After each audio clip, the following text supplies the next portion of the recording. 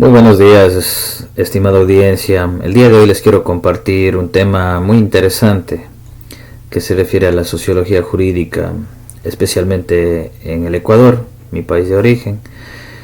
En este video les voy a compartir un poco de historia y temas relevantes y referentes al panorama de la sociología jurídica en el Ecuador. Para tener un mejor contexto y entender el panorama es imprescindible irse a los datos históricos. En lo que se refiere a la sociología ecuatoriana, nada mejor que entender la historia desde una perspectiva hacia el pasado.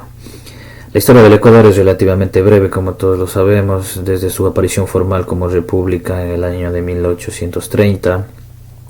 Su característica principal ha sido la inestabilidad.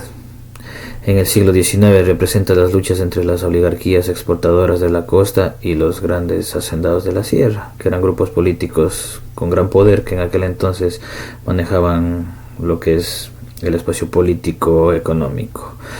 Estas luchas se dieron bajo un teatro democrático que en el fondo excluía del poder la participación de las grandes mayorías populares del país. Quiere decir que las decisiones se tomaban solo entre grupos hacendados y pudientes, no en realidad bajo un consenso democrático y participación social, digamos así. Entonces estas luchas se dieron bajo diferentes condiciones en los estatus de las personas. Y recién en 1896 la revolución liberal encabezada por Eloy Alfaro lleva al Ecuador a una cierta modernización política marcada por la esencial separación de la Iglesia y el Estado. Quiera que no, esta revolución dio lugar a una nueva asociación política, tanto presidencial como dictatorial, regentada por las élites bancarias y las exportadoras. Entonces, que son asimismo de la misma manera grupos potenciales pudientes que manejaban las situaciones sociológicas a conveniencia de los grupos pudientes, ¿no? Estas dinastías de poder tuvieron su final en 1944 con la llamada Revolución Gloriosa, que llevó al presidente José María Velasco Ibarra al poder. Este líder fue una de las mayores influencias en la política ecuatoriana hasta su muerte a finales de los años 70.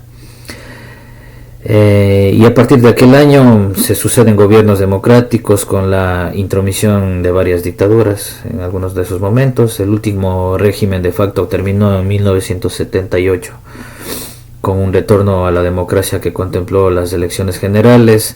En este caso el ganador de estas elecciones fue Jaime Roldós Aguilera. Lamentablemente no gobernaría por mucho tiempo, pues tuvo una muerte prematura en un accidente aéreo. Sin embargo, se dio un ciclo pacífico de gobiernos democráticos luego de su suceso lamentable hasta 1996, que a partir de ese año y hasta el 2007 comenzaría una caótica sucesión de gobiernos que no llegaban ni a cumplir un año de gobierno por varias circunstancias políticas y sociales del Ecuador. Entonces en el año 2007 aparece como salvador, como la iluminación de la política, el economista Rafael Correa Delgado, encabezado una coalición entre partidos de izquierda que se hacían llamar la Patria Soberana y Solidaria, entre siglas País, un movimiento que daría lugar a una organización política más amplia llamada Alianza País, que agruparía a la mayoría de los partidos de izquierda. Y pese a las evidentes contradicciones entre los integrantes de este movimiento, su cohesión fue suficientemente fuerte para comenzar unos procesos extremadamente caóticos y cambiantes en lo que es la política y la sociología ecuatoriana, trayendo consecuencias diversas, sean positivas y negativas desde el punto de vista del que se lo analice.